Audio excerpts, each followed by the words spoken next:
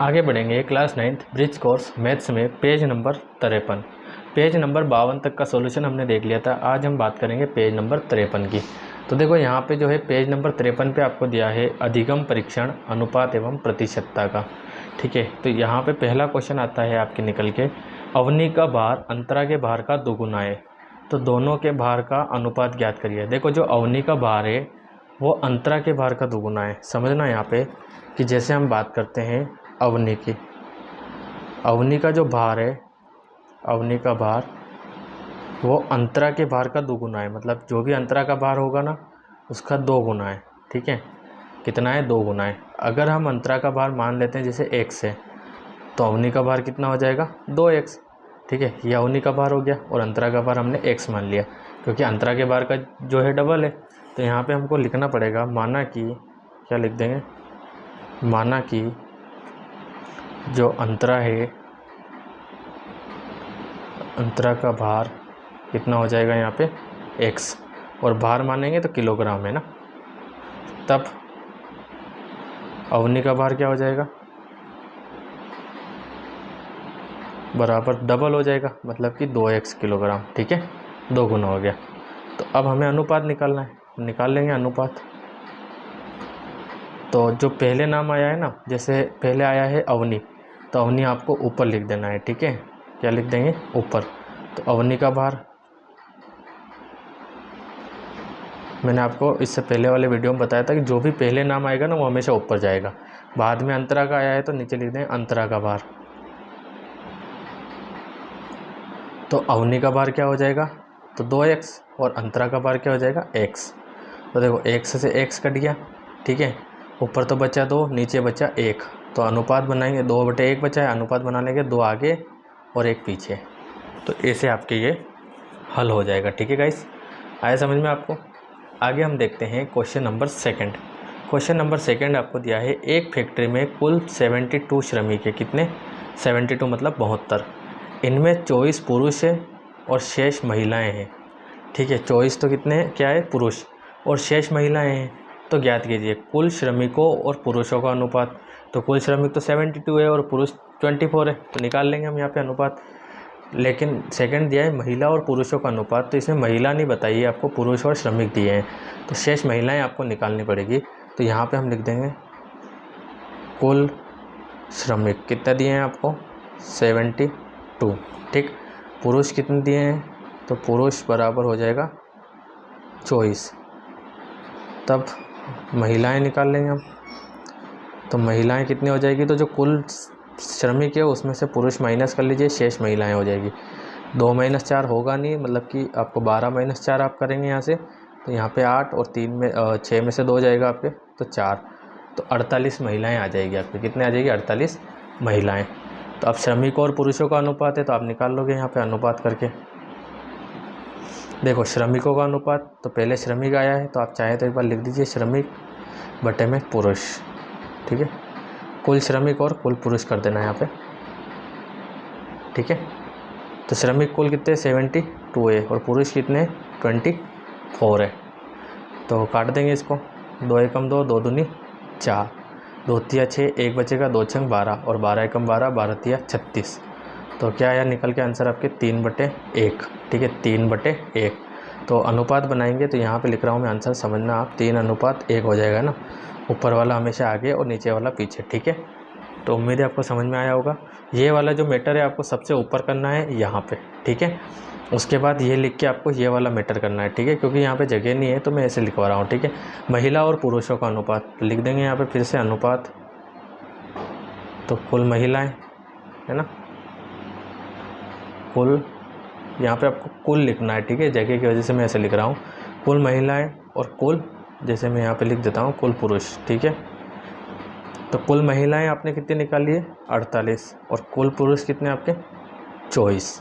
ठीक है, तो 24 दूना 48 हो जाएगा। देखो 2 बार में कट जाएगा।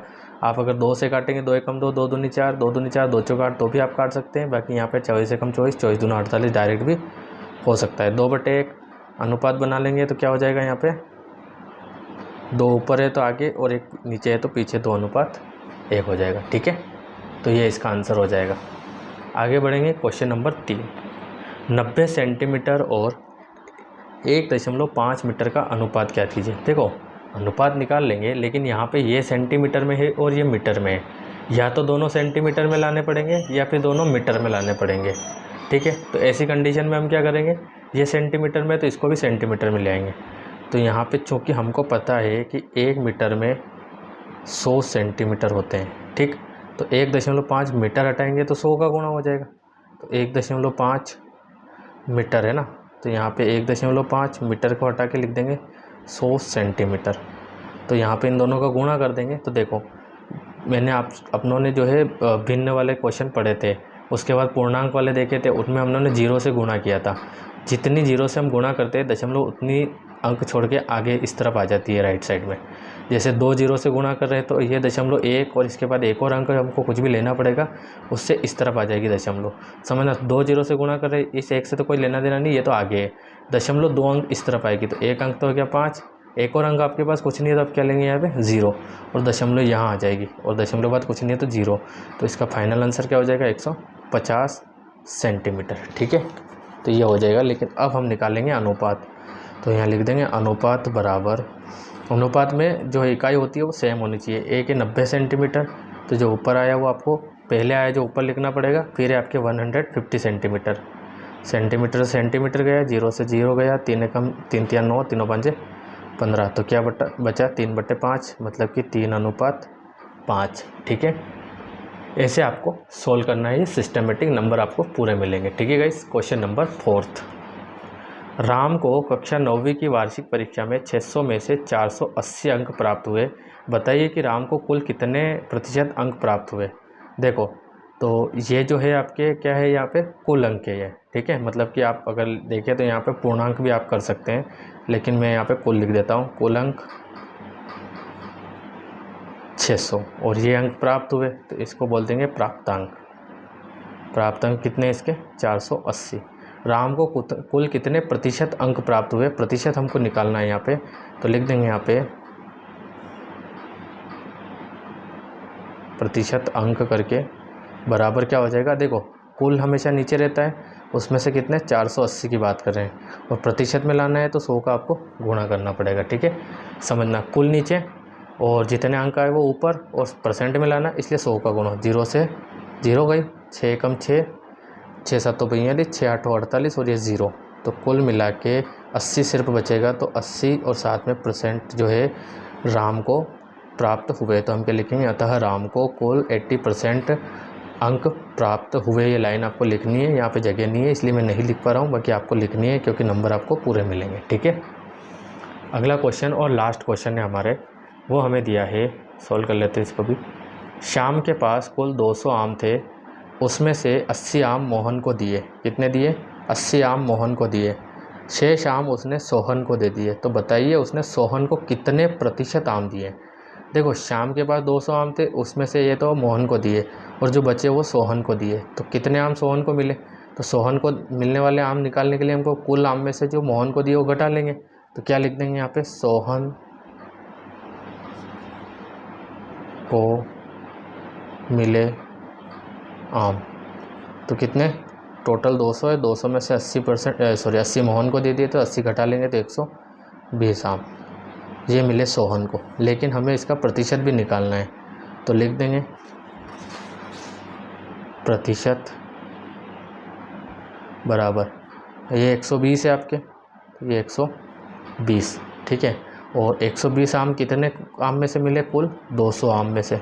ये आपको लिखना है, याद रखना आपको, जैसे यहाँ लिखा था ना, कुल में से इतने मिले थे, तो कुल आम इतने, उसमें से इतने आम मिले, और परसेंट में लाने के लिए 100 का गुणा। ये आपके पेज नंबर है, ध्यान रखना इस चीज़ का।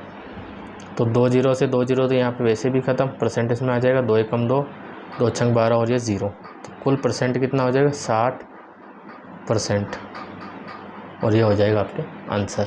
ठीक है गाइस, तो उम्मीद है आपको ये समझ में आया होगा।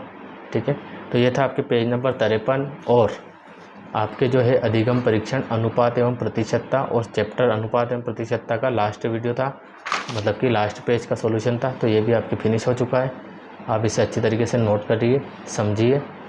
ठीक है, मिलते हैं नेक्स्ट वीडियो में नेक्स्ट पेज के सॉल्यूशन के साथ, जिसमें आपकी ज्योमेट्री स्टार्ट हो रही है, ज्यामितीय उपकरणों का अभ्यास। ठीक है, तो मिलते हैं नेक्स्ट वीडियो में, तब तक के लिए थैंक यू।